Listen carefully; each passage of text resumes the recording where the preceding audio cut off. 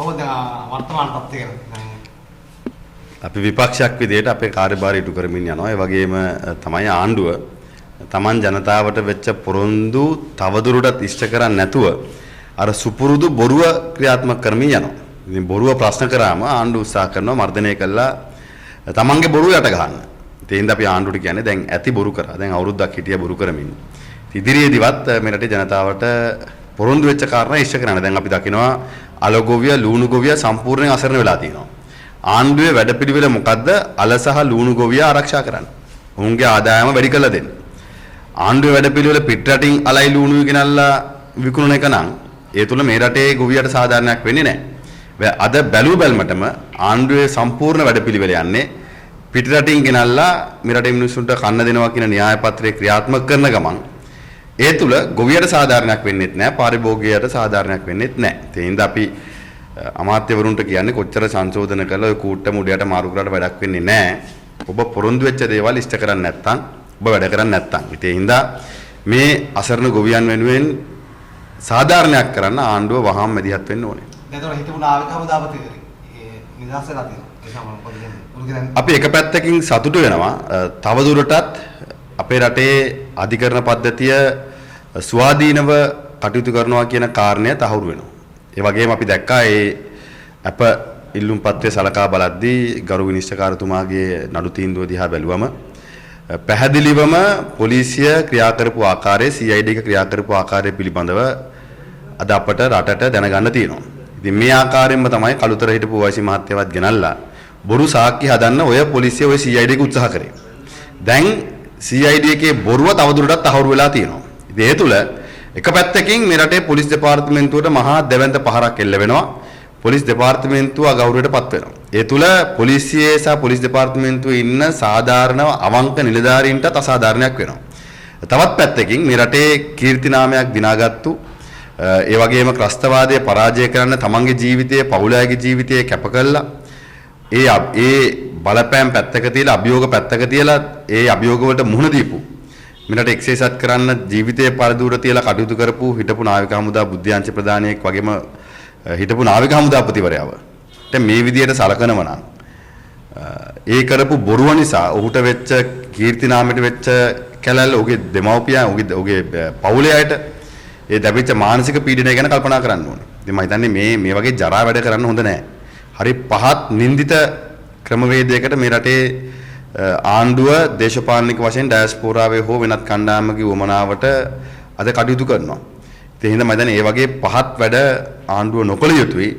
ඉතින් ඔහුට අප ලැබීම් පිළිබඳව අපි සතුටු වෙනවා. ඒ වගේම තමයි අපි ආණ්ඩුවෙන් ඉල්ලන්නේ අනිත් පාර මේ වගේ පහත් වැඩ කරන්න එපා. මොකද මේ මිනිස්සු මේ රට වෙනුවෙන් යම් වැඩක් කරපු, රට වෙනුවෙන් සේවයක් කරපු, රට වෙනුවෙන් ජීවිත පරදුවට තියලා කටයුතු කරපු අය. ඉතින් ඒ අයගේ කීර්තිනාමයට, ඒ අයගේ පවුලේ අයට වෙන මානසික පීඩනය, ඒ අය ඒ කරපු කැපවීමටද ඔබ මේ ගෙනල්ලා හිරගෙවල් වල බොරු සාක්ෂි හදලා බොරු ක්‍රමවේදයන් අනුගමනය කරලා හිරගෙවල් වලට දාලා තමන්ගේ දේශපාලන උමනාව විශ්ච කරගන්න. ඉතින් මේ වගේ පහත් බලු වැඩ කරන්න එපා කියන එක අපි ආණ්ඩුවට කියනවා. ඊ රෝහිත අබේගුණවර්ධන CID ගෙන්නවා. අද මනෝසහකාර අල්ලස්සට ගත්තා. අයිමත් මේ නෑ හොඳයි. මොකද මේ අපි සියල්ලම ගිහිල්ලා අපේ නිර්දෝෂීභාවය ඔප්පු කරන්න ඕනේ. ඉතින් යම් කිසි කෙනෙක් වැරද්දක් කළා තියෙනවා නම් ඒක ස්වාධීන පරීක්ෂණයකින් නිර්පාක්ෂ ස්වාධීන පරීක්ෂණයකින් ඒ කාරණා ඉෂ්ට වෙන්න ඕනේ. හැබැයි අනිත් පැත්තෙන් අපිට තියෙන චෝදනාවලට අපිට සාධාරණයක් පතන්න පුළුවන් මේ ආයතන වලින් සහ අධිකරණයෙන්. ඉතින් මේ ආයතන දේශපාලනීකරණය වෙනවා නම් මේ ආයතන හැසිරෙන්නේ දේශපාලන වමනාව මත නම් නාවික හමුදාපතිවරයාගේ සිද්ධිය වගේම බොරු සාක්ෂි හදලා පොලිස් දෙපාර්තමේන්තුවේ නැත්නම් CID ගේ ක්‍රමවේදය උල්ලංඝනය කළා අත්අඩංගුවට ගැනීම සහ සිරගත කිරීම කරන්න ආණ්ඩු උත්සාහ කරනවා දැන්. අවුරුදු 20ක පොලිස් සේවයේ හිටපු කෙනෙක් මෙහෙමද හැසිරෙන්නේ කියන ප්‍රශ්නය අද රට ලෝකේ දැනගත්තානේ. අවුරුදු 20ක සේව ඉතිහාසයක් තියෙන කෙනෙක් මේ වගේද ක්‍රියාත්මක වෙන්නේ කියන කාරණේ පිළිබඳව අද ලෝකේ දැනගත්තා. ඉතින් එහෙමනම් මේ නඩු හසුරවන්න උත්සාහ කරන්නේ ඒ තුල ආණ්ඩුවටත් ජනතාවටත් රටටත් සාධාරණයක් වෙන්නේ නැහැ. ඉතින් අපට අපේ නිර්දෝෂීභාවය ඔප්පු කරගන්න තියෙන්නේ මේ ස්වාධීන ආයතන වලින්. ඉතින් මම හිතනවා මේ ස්වාධීන ආයතන දේශපාලනීකරණය නොකර තියෙන තරමට හොඳයි. ඉතින් එන්න කියන ඕනෑම අවස්ථාවක මම හිතනවා මේ හැම කෙනෙක්ම ගිහිල්ලා තමන්ගේ නිර්දෝෂීභාවය ඔප්පු කරන්න ප්‍රකාශ ලබා දෙන්න ඕනේ. විදුලි බිල වැඩි කරපු නැති අපි සතුටු වෙනවා විදුලි බිල වැඩි නොකිරීම පිළිබඳව. හැබැයි ඉදිරි කාල සීමාව මේ ඇරියස් එකත් අල්ලලා වැඩි කරන්න නම් ලෑස්ති වෙන්න එපා. ආණ්ඩුව එහෙමනේ කරන්නේ. එක පැත්තකින් යම් පීඩනයක් එනකොට ඒකට අඩියක් පස්සට ගන්නවා. හැබැයි පස්සට ගන්නකොට පහු ඊළඟ මාස දෙකක් ගියට පස්සේ මේ අරියස් එකත් අල්ලලා විදුලි බිල දෙගුණකින් වැඩි කරන්න ලෑස්ති වෙනවා. ඉතින් ඒ හින්දා ආණ්ඩුව ඒ වගේ වැඩ කරන්න ලෑස්ති වෙන්න එපා. ඉතින් ඒ හින්දා පැහැදිලිවම විදුලි බල මණ්ඩලයේ සේවකයන්ගේ ප්‍රශ්නයක් තියෙනවා. ප්‍රශ්නෙට ආණ්ඩුව මැදිහත් වෙන්න ඕනේ. ඒක විසඳන්න ඕනේ. පාරිභෝගිකයට විශාල ප්‍රශ්නයක් තියෙනවා විදුලි බිල සම්බන්ධයෙන්. අනිත් පැත්තෙන් විදුලි උත්පාදනය සම්බන්ධයෙන් අද වෙනකම් මේ ආණ්ඩුව බලයට ආවිල්ලා ආපු ආයෝජකයෝ කවුද? හිටපු ආයෝජකයෝ එළව ගත්තා. අලුතෙන් ආයෝජකයෝ ගෙනාවද? ඉතින් මේ ප්‍රශ්නෙට බලශක්ති ප්‍රශ්නෙට ආණ්ඩුව උත්තරයක් දුන්නේ නැත්නම් තව නොබෝ දිනකින් ආය අපිට බලශක්ති අර්බුදයකට මුහුණ දෙන්න සිද්ධ වෙනවා. ඒකට බිල වැඩි කිරීම නෙවෙයි ක්‍රමවේදය. නැත්නම් විදුලි බිල වැඩි කිරීම නෙවෙයි තියෙන එකම විකල්පේ. ඉතින් ඒ හින්දා ආණ්ඩුව කරුණාකරලා මේ විදුලි පද්ධතිය ශක්තිමත් කරන්න කටයුතු කරන්න. විපක්ෂ නායකතුමත් දැන් විදුලි බිල අඩු මේ වෙනසක් නොකරපු එකට මහජන උපයෝගිතා කොමිසමට හොඳ කියනවා. හැබැයි වැඩි කරොත් බලින්නේ ආණ්ඩුවට. ඒකනේ මම ඒ දෙන්නට බැන්නේ නැත්තේ. ඒ දෙන්නට බැලලා නෑ බැලලා වැඩක් නෑ. මොකද අපි පැහැදිලිවම වැඩපිළිවෙලක් තියෙනවා. ආණ්ඩුවට වැඩපිළිවෙලක් නෑ.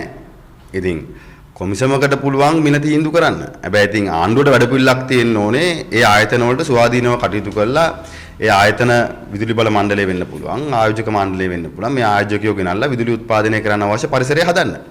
ආණ්ඩුව ඉන්න ආයෝජකයවත් එලවලා දැම්මට පස්සේ කවුද වග කියන්නේ ඒකට? ආණ්ඩුවක් කියන්න ඕනේ. ඒ හින්දා යම්කිසි තැනකදී විදුලි අර්බුදයකට ආවොත් JVP එක වක් කියන්න ඕනේ. ඉතිහාසෙත් එහෙමයි. දැන් නොරොච්චොල්ලේ පටන් ගන්නකොට උද්ඝෝෂණය කර කවුද? JVP එකෙන්. සාම්පූර් පටන් ගන්නකොට උසාවි ගියේ කවුද? JVP එකෙන්. උමාවේ පටන් ගන්නකොට හිලක් තියනවා කිව්වේ කවුද? JVP එකෙන්. නිව් ෆෝර්ට්‍රස් ආයෝජකයා එනකොට ඒ ආයෝජකයා එලවගත්තේ කවුද? LNG වලට JVP එකෙන්. ඉතින් මේ රටේ විදුලි බල පද්ධතියට ආයෝජකයෙක් ඇවිල්ලා මෙගාවොට් ප්‍රමාණයක් ධාරිතාවට එකතු කරන්න ආයෝජනය කරන්න සැරසි ලෑස්ති වෙච්ච හැම අවස්ථාවකම මේ ආයෝජකයා හරවල යවුවේ JVP එකෙන්. ඉතින් මේ ආණ්ඩුව ආවට පස්සේ තුන් බලයට ඇවිල්ලා කරෙත් සාමාන්‍ය බලයටම ආයෝජකයෝ ගේන්න බෑ. බලයට ඇවිල්ලා කරෙත් හිටපු ආයෝජකයා ලොකු එක. ඉතින් ඒ හින්දා පැහැදිලිව මේ ආණ්ඩුව තවදුරටත් විදුලි බල අර්බුදයකට බලශක්ති අර්බුදයකට මේ රට අරගෙන යන්න සූදානම් වෙන්නේ. දැන් මේ අන්තිම එක දැන් හෙරොයින් ඇල්ලුවත් ඇයිසැල්ලුවත් පාතායුන පැත්ත රාජපක්ෂලා තමයි කියලා තමයි කියන්නේ. දැන් සමාජ මාධ්‍ය ගත්තත් පත්‍ර ගත්තත් විපක්ෂයා කියන්නේ ආණ්ඩුව පැත්තෙන් ගත්තත් ඔබතුමා නමල ගන්න. බය වෙනවද දැන්? ආණ්ඩුවට ඉතින් මේ හීනෙන් දකින්නෙත් මාව. ඉතින් මම මොනව කරන්නද? ඉතින් ආණ්ඩුවට ජනතාවගේ හීන සබෑ කරන්න උවමනාවක් නැහැ. හැබැයි ජනතාවගේ හීන මරණ ගමන් නාම රාජපක්ෂව හීනෙන් දැක ඉන්නවා. ඉතින් එහෙම කළා හරියන්නේ නැහැ ජනතාවගේ හීන සබෑ කරන්න. ආණ්ඩුව කටයුතු කරන්න. සෙව්වන්දි හොයාගන්න බෑ කොහේ ඇහුලාද? හොඳයි. නේපාලෙන් අත්අඩංගුවට අරන් තියනවා කියලා මාධ්‍ය සඳහන් කරා. ඉතින් දැන් ලංකාවට ගේන්න උත්සාහ කරනවා කියලා කිව්වා. ඒ හින්දා ඉක්මනට ලංකාවට ගේන්න කියලාත් අපි හිතනවා. ඒකම මේ සංවිධානාත්මක අපරාධ කරුවන් පිටිපස්සින් ඉන්නේ කවුද? ඔවුන්ට සහයෝගය දෙන්නේ කවුද? මේ සියලු කාරණා රට දැනගත යුතුයි. ඒ හින්දා මේ හැම කාරණයක් සම්බන්ධයෙන්ම අපක්ෂපාතී පරීක්ෂණයක් වෙන්න ඕනේ. අර නාවික හමුදාපතිවරයා අත්අඩංගුවට ගත්තා වගේ ඒ ගන්නකොට මැදිහත් වීම කරා දේශපාලන මැදිහත් වීම වෙලා තියෙනවා කියන කාරණේ වගේම අර OIC මහත්තුරු දෙදෙනෙක්ට මේ වෙනකොටත් ඔය CID එකෙන් ප්‍රධානීන් බලපෑම් කරලා තියෙන බව අපි දන්නවා බොරු සාක්ෂි දෙන්න. ඉතින් ඒ වගේ මේ අත්අඩංගුවට ගැනීම වළක්වා ගන්න මේ කට්ටිය රටවල් වලින් පන්නන්න මේ ආණ්ඩුව කටයුතු කරපුවා වහගන්න ලෑස්ති වෙන්න එපා. ඒ හින්දා මේ සියලු දෙනාම රටෙන් පිටුනේ මේ ආණ්ඩුව කාලේනේ. ඉතින් පාස්පෝර්ට් 17ක් හොරකම් කළා හොරාට හදන් ගියා කියලා නියෝජ්‍ය ඇමතිවරයාම කියනවනේ. ඒ පාස්පෝර්ට් 17 කාගේද කියලා තාම කියන්නේ නැහනේ. වරයන් කන්ටේනර් කුඩු තියෙන කන්ටේනර් දෙකක් පැන්නුවා කියලා කියනවා පරීක්ෂණෙත් කළා. චෙක් කරලා පන්නපු දෙකෙත් කුඩු තිබිලා. ඒක චෙක් නොකර පන්නපු 323. ඒවා පන්නන්න කිව්ව කවුද කියලා කියන්නෙත් නැහනේ. ඉතින් මේවත් හොයන්න. ඔයලා පැහැදිලිවම මේ සංවිධානාත්මක අපරාධ වළක්වන්න ආණ්ඩුව කටයුතු කරන්න ඕනේ. ඒ වගේම තමයි අර නාවික හමුදාපතිවරයා අර භක්ෂිත බන්ධනාගාරගත කරන්න බොරු සාක්කේ හැදුවා වගේ බොරුවට නීතිය කඩා බොරුවට කටයුතු කරා වගේ කටයුතු කරන්නේ නැතුව සාධාරණව මේ පරීක්ෂණ කරන්න.